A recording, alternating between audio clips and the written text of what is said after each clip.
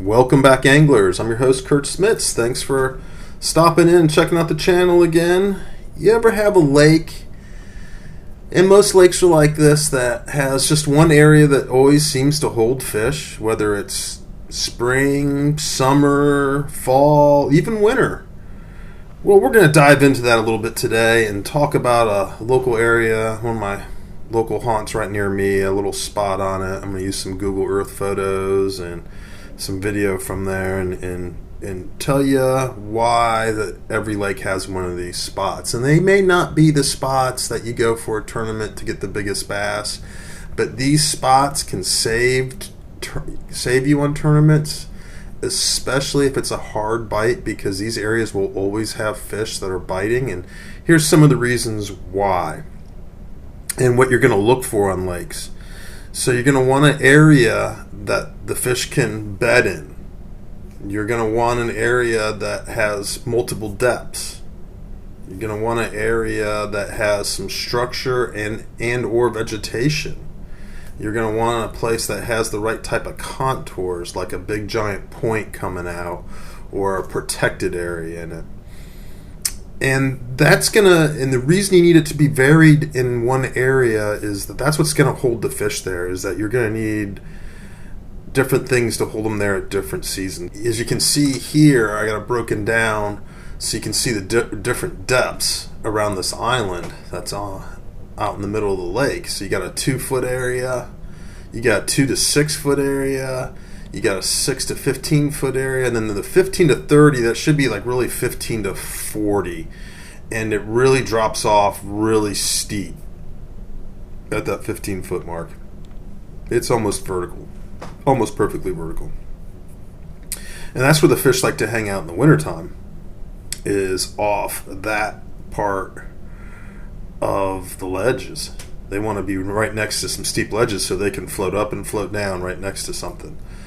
And then as it gets closer to spawn and we head into pre-spawn, they start coming up to the 6 to 15, the 2 to 6 to feed, and start getting ready to spawn. And then once they start getting to the spawning point, and this usually happens in waves, you'll see them up in the 2 foot and less, and you'll see them in very shallow water, and you're going to see them kind of tucked up on. And this particular quarry is how it's situated, is they like to tuck up on these rocks. So once you find a rock pile in that 2 to 6 range, you'll see them bedding, and then very soon after that you'll see the shell crackers and the bluegills and stuff will start coming out and taking over those beds real quickly. And in this area with rock piles, because it being an old quarry, some of the bigger rocks kind of got pushed together and stuff to give them that extra structure. And you can see here, you can see those little dark marks, and I got some of them marked in green arrows. That's little weed piles that are starting to develop all over the place.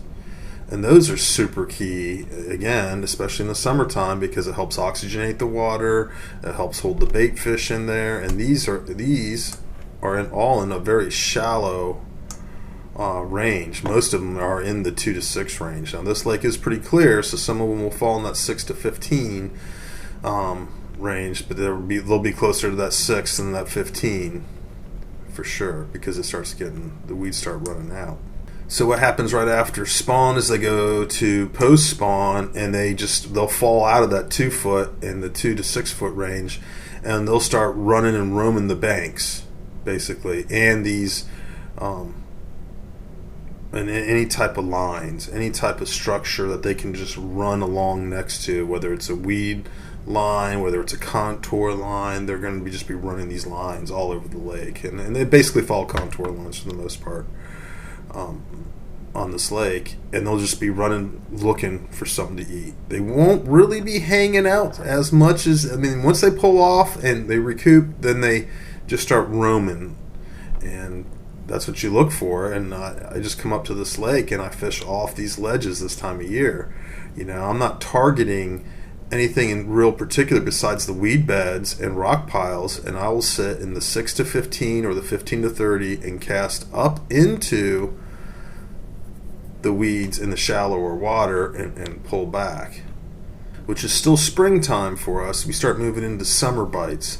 And the summer bites, they will start heavily moving out of the 2 to 6 foot range, except for in the mornings, early mornings, they'll come up and maraud on the stuff, but it'll be really, in those dog days of summer when it's really warm, they'll move down to that 6 to 15 foot range and be running around. And they'll even go even deeper in this lake because it stays pretty oxygenated, and it seems like that they'll hang out pretty deep on these deeper humps and trees that are out there, Christmas trees that are put out there, any type of structure you can find, and they'll relate to these points big time.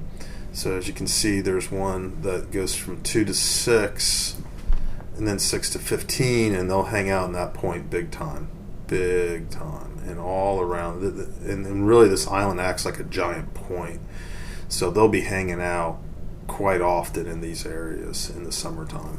And they'll slow down on the marauding, man. They'll slow down on their movements. They'll actually start hanging out in particular areas where, like, I feel like in that post spawn though, they just run so much until they find an area that they just want to hang out in. So what's really going on in here is that this area offers staging grounds for fish throughout the year, from winter to spring to summer to fall back to winter, and they have staging areas.